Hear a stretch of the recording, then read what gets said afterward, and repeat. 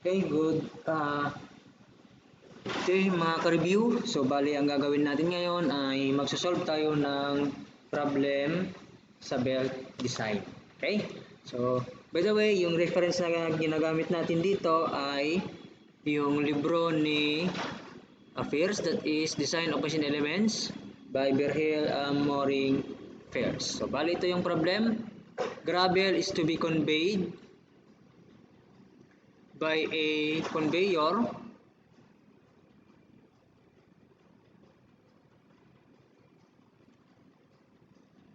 a 1 horsepower high starting torque electric motor operating at 50 rpm drives a small sprocket which powers a larger sprocket via a roller chain. This larger sprocket is mounted on the same shaft as the conveyor, which turns at approximately 10 rpm. Operation is smooth, running 8 hours per day. Decide, letter A, decide upon suitable sprocket sizes and center distance and chain pitch. Compute the length of the chain and see the bearing pressure between the roller and pin. So, bale ito yung mga given natin. So, we have transmitted HP is 1. Yung i-conveyor ng conveyor is gravel, N1, 50 RPM, N2, 10 RPM operation. Okay, yung for letter A, first ang hanapin natin dito ay yung sprocket sizes. We have NTS saka NTB. That means the number of teeth on the smaller sprocket and the number of teeth on the bigger sprocket. Okay? Now, before that, meron tayong tinatawag na rated HP, no? Okay? So, rated HP should be equal to or greater, no? Rated HP should be equal or greater or equal to the design HP. Anong ibig sabihin ng yan? For example, halimbawa ako, ang kaya kong buhatin for example ay 60 kilograms. Okay? Ngayon, ang aking rated HP ay, ang aking rated for example ay 100 kilograms. Okay? So, dapat yung itra-transmit natin or yung bubuhatin ko ay equal or less than the design HP. Ibig sabihin niyan, yung kaya kong for example, ang kaya kong buhatin ay 60 kg. Ngayon, ang bubuhatin ko ay equal or hindi lalagpas ng 60 kilograms. So, ganun ang ibig sabihin ng rated HP. Okay? Kumbaga, yung rated HP natin na yan yung kaya, yung capacity na kayang i-transmit ng kadena. So, wag tayong lalagpas doon sa rated capacity kasi kung lalagpas tayo doon ay anong mangyayari? So, possibly, mapuputol o yung kadena. Okay? In which, ang design HP natin, that is equal to the service factor times the transmitted HP or usually, ito yung motor, no? So, motor HP. Okay, yung mababasa doon sa nameplate ng motor. Okay? Now, para doon sa rated capacity or rated HP ng kadena, we have a formula there. Dalawa yon actually. Yan ay makikita sa page. Anong page na ulit to? Yan ay makikita sa page 466, equation R. So, bali dalawa yon. Okay? So, una, yan ay 0.004 NTS raised to 1.08 multiplied by the RPM of the smaller sprocket raised to 0.9 and then pitch, okay, raised to 3 less 0.07 P. Ayan, okay? That is for a link plate fatigue failure. Okay? And then the other one, the rated HP natin, Dapat pala specify natin dito kung saan natin kinuha, no? So, ganun yung proseso ng pagsosolve. So, from equation R, so page 466, okay? Yan ay equal sa KR multiplied by quantity 100 NTS divided by N, okay, and then raised to 1.5 P raised to 0.8. Ito naman, ang formula are for roller bushing failure, no? Okay, roller bushing failure. Okay, yan. So whichever is whichever is smaller. Okay? Mamaya explain ko kung bakit whichever is smaller. Okay? Now, dako muna tayo sa service factor. So from table 17.3, ayan. So for high torque to drive a conveyor, no? To drive a conveyor, inis yung conveyor naman natin, ang laman niya ay gravel, no? Gravel or kaparehas lang naman yan siyempre ng ore or sand, no? Or kaya naman ay sand, magkakaparehas naman yung mga yan. Okay, and then ang operation natin ay 8 hours a day. Smooth naman daw, ang service factor natin dyan ay 1.4 minus 0.2, so that is equal to 1.2 horsepower. Okay, now, yung magiging design HP natin ay 1.2 multiplied by 1, of course that is equal to 1.2. Okay, yan. So, okay na tayo dito sa design HP. Now, punta naman tayo doon sa rated HP. So, ang gagawin natin, gagawa tayo ng table. Okay? Gagawa tayo ng table. Oops.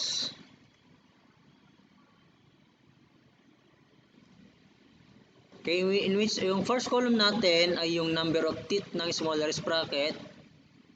And then, the next column is for the pitch. Okay, kung ano yung magiging pitch natin. And then, yung mako-compute natin na rated HP. Okay? Ayan. Take note na this is for for link plate muna link plate. And then another column para naman doon sa KR. And then ano yung mako-compute na rated HP? This time ito naman ay for the roller bushing, no? Ayan. Okay? So ngayon mag-assume tayo ng number of teeth tsaka yung pitch, and then masasolve natin yung ito tsaka yan. Yan, sige. Naunahin muna natin yung yung sa may link plate. Take note na yung formula natin kanina ay HP is equal to asan na yon? Yung HP natin ito 0.004 NTS raised to 1.08, no? Now, gagamitin natin yung calc. Paano yung calc? Sulat lang natin yung formula na ito. Yung NTS natin, gawin nating X, no? This is for NTS. NTS yan, raised to 1.08 ata to. Tama ba? Tama. And then yung N natin is constant naman yan, that is 50. And then we have P. Gawin na lang natin Y, that is for the pitch. Raised to 3 less 0.07 ng Y. Okay? Y. So, pinutin lang natin yung calc. So, magtatanong ng X. Ang lalagay natin dito, for example, ay 13, no? 13. Yan yung number of teeth. And then yung pitch natin, for example, ay 38. Or chain number 60. 60 ba to? Tama. 38. So, and then, equals natin yan.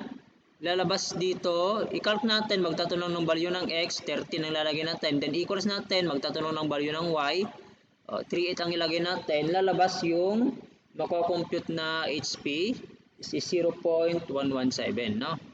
Okay, 117. Now, dito naman pala, yung KR natin, so mahanap yan sa table, anong table na ulit yung KR? Ang KR is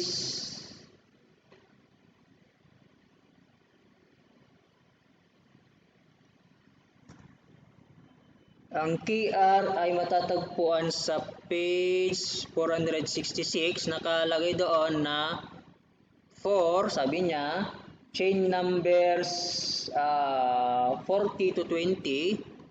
For number 40 to 240 pala yon, ang KR natin ay is equal to 17. Except for number 41, ang KR niya ay 3.4. Okay? And then yung 25 tsaka yung 35, ang KR niya ay 29. So ilagay na lang natin dito 14 tayo. Kasi ang chain number natin dito ay 60. Kasi ang pitch niya ay 38, no? So magko-compute natin dito ay mamaya na lang, unahin na lang muna natin yung sa my link plate muna. Okay? Now, kung ikakalk natin ulit yung equation, palitan natin for example ito ng 13 pa rin yung number of teeth, and then palitan natin yung pitch ng 1/2. So magko-compute natin dito ay 0.28 na. Ay, mali pala yung 14 dito. 17 pala to, no? 17. Okay? Yan, so malayo pa rin, no? Sa 1. kanina 1.2. Ang target kasi natin, yung rated, mas malaki dapat doon sa design HP. Napalitan natin ito ng for example 15, and then ang pitch natin ay 3/4. Okay, so 0.92. Uy, malapit na, no?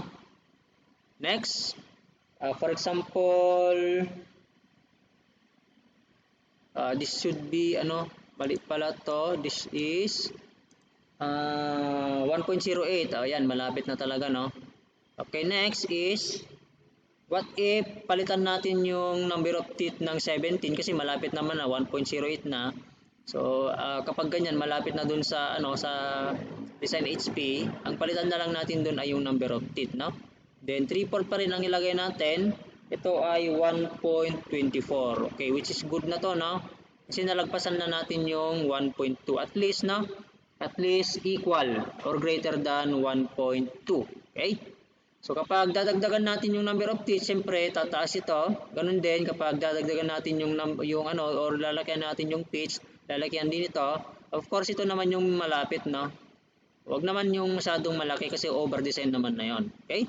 Now, so yung chain number for example, chain number 40, yan, 60 ba to? Chain number 30 pala to, yung 38, no? Chain number 30, chain number 40, ang KR niya ay 17. For chain number 60, 17 pa rin to. So 17 pa rin to, 60 yan. So i-calc lang natin yung equation na na yun? Saan na yun? Ito. Ayan. So same, yung KR constant 17, yung N natin 50. And then yung NTS natin, palitan natin ng X, yun yung pitch natin ay Y. Calc lang natin yan. So ang lalabas dito ay 743. And then we have 1028. Now lumalaki yan, no? Lumalaki. So kung titignan natin, napakalaki yung rated HP gamit ang roller bushing compared doon sa link plate fatigue. Ibig sabihin yan, hindi mag-fail yung kadena natin sa roller bushing, kundi siya ay mag-fail sa link plate. Okay? Ulitin natin na, kung mag-fail man yung kadena natin, hindi siya mag-fail sa roller bushing, kundi sa may link plate. Okay? Doon siya mag-fail. Kaya, kung saan yung mas mababa, doon tayo magbe-base ng design. Or kumbaga, kung saan yung mas mahina, doon tayo magbe-base ng design. Okay? So, ang i-accept natin dyan siyempre ay yung link plate fatigue, no?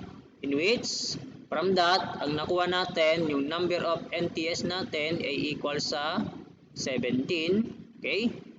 And then for the number of teeth for the bigger sprocket, that is equal to 17 multiplied by, this is 50 divided by 10, yung RPM natin.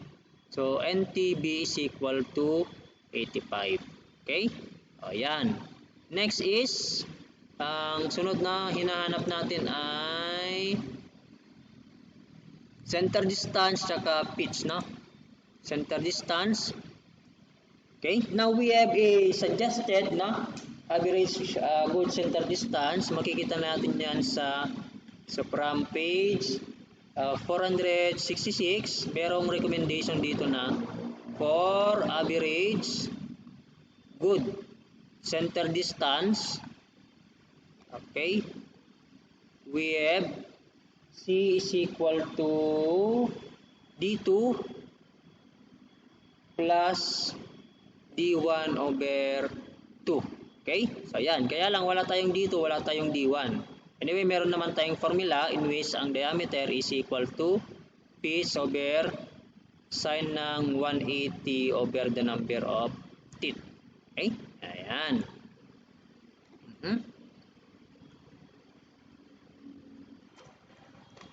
So, D1 natin dyan is equal to, yung pitch natin is 3/4 and then sine ito ng 180. Yung number of teeth is 17. Okay? 4.08 inch. And then for D2, 3/4 over sine ng 180 over 85. This is 20.30 inch. So we can now solve for the center distance, which is equal to 20.30 plus 4.08 divided by 2, no? So the center distance is 22.34 inch. So take note, yung center distance natin okay lang kahit may decimal. Okay? Next is the length of chain and pitches.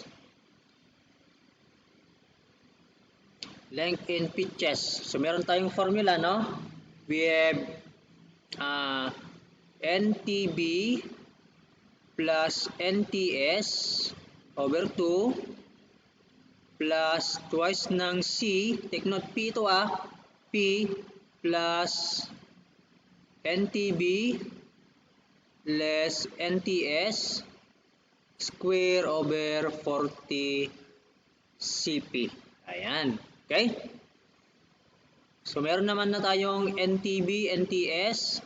Okay, ang CP na lang ang wala. So, CP natin, that is equal to the center distance in inches divided by kung ano yung pitch, na. So, this is 22.34 inch. So, we will divide it by, yung pitch natin is 3/4 inch kasi kada isang pitch. Okay? So, yung CP natin dyan ay 29.79 pitches. Then, substitute natin sa length of chain in pitches. We have that is equal to 85 plus 17 divided by 2 plus twice ng 29.79 plus 85 less 17 square divided by 40 times ng 29.79. Okay? So, yung length on pitches natin dyan ay equal sa 114.46. Okay? So, ang length ng pitches natin, dapat always even yan. So, ang sasagot natin dyan is 116 pitches. Yan. Sir, hindi ba pwede ang hindi ba pwede ang 114 na lang? Ang problema kasi kapag iwa-114 natin diyan, masasacrifice yung center distance kasi nga meron tayong sinusunod na asan na 'yon? Ito. Average good center distance. Okay? Good center distance. So kung i-adjust natin 'yan, nababiolate natin 'to, no? So, liliit yung ating center distance. So, at least, yung center distance natin ay ito, no? Yan. Okay? Tsaka kung ano, i-1/4 natin to, ang mangyayari, magiging mas maigpit yung ano, yung kadena. Ideally, dapat nagsasag na dun sa baba, no? Merong saging. Okay? Yan. And then for letter C, is the bearing pressure between the roller and pin. Okay? For letter C, we have the bearing pressure between the roller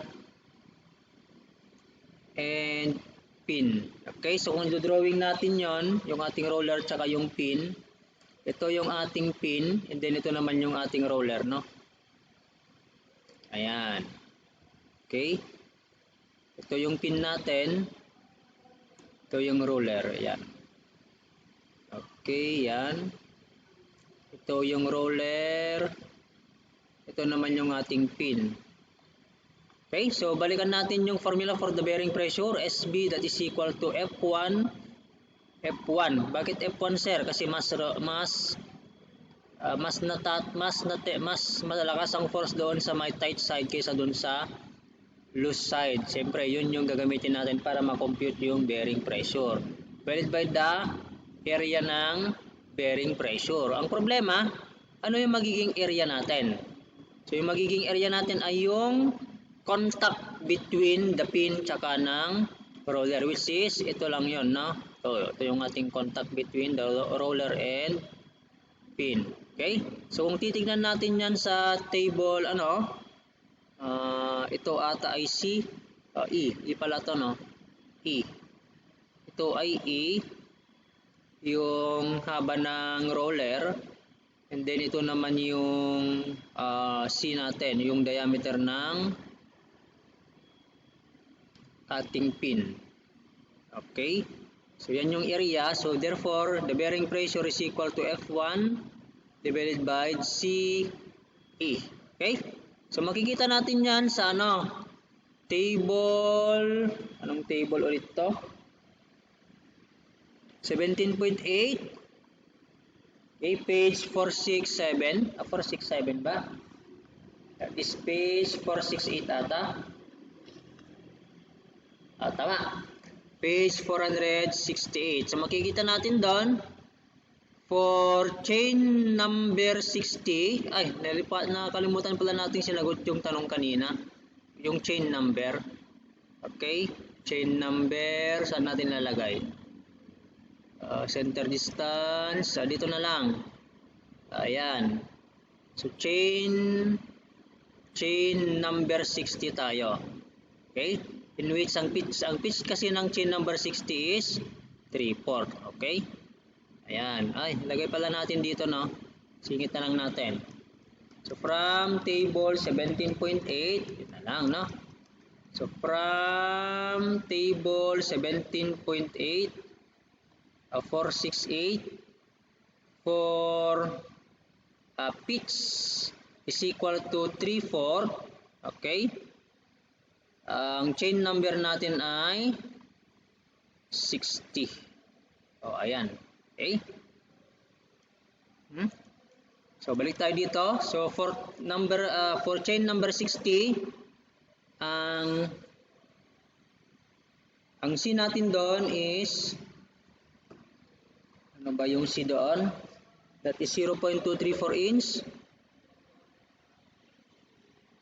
And then, yung E naman is 1/2 inch, no? Okay? So, the bearing pressure is equal to F1. Problema pa pala yung F1 natin, no? Ito, C, tsaka yung E, meron na tayo yung F1 natin. So, from design HP, no? Oops. That is equal to the, ano, F1 less F2, okay, BM, divided by 33,000. Okay, so that, yung ano natin, yung force pala natin dito ay naka-pounds, no? Okay? Ideally, no? Or ina-assume natin na yung F2 natin ay 0 kasi nga nagsasag. So, approximately 0 yan. Hindi siya 0 pero ina-assume natin na almost 0 na kasi kaya nilalagay natin yan. Okay? So, meron naman na tayong design HP. Ang problema natin ay si BM. Ang BM natin is equal to pi dn, no? So, pi, ang gamitin na lang natin na diameter ay yung D1, which is, ang D1 natin kanina ay 4.08. Then, i-divide natin yan ng 12 para maging feet. And then, ang RPM natin ay for 1 is 50. So, magiging 53.41 FPM tayo. Yan. Okay.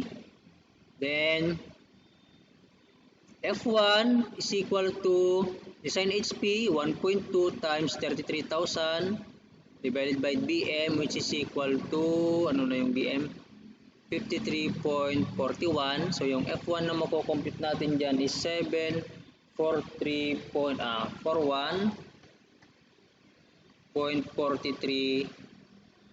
pounds yung ating F1. So, the bearing pressure is 741.43, then divided by 0.234, and then this is 1/2. Okay, is approximately 6337 psi. Okay, so that's all for this problem. Okay, so later on mag-upload ulit ako ng another problem. Thank you for watching.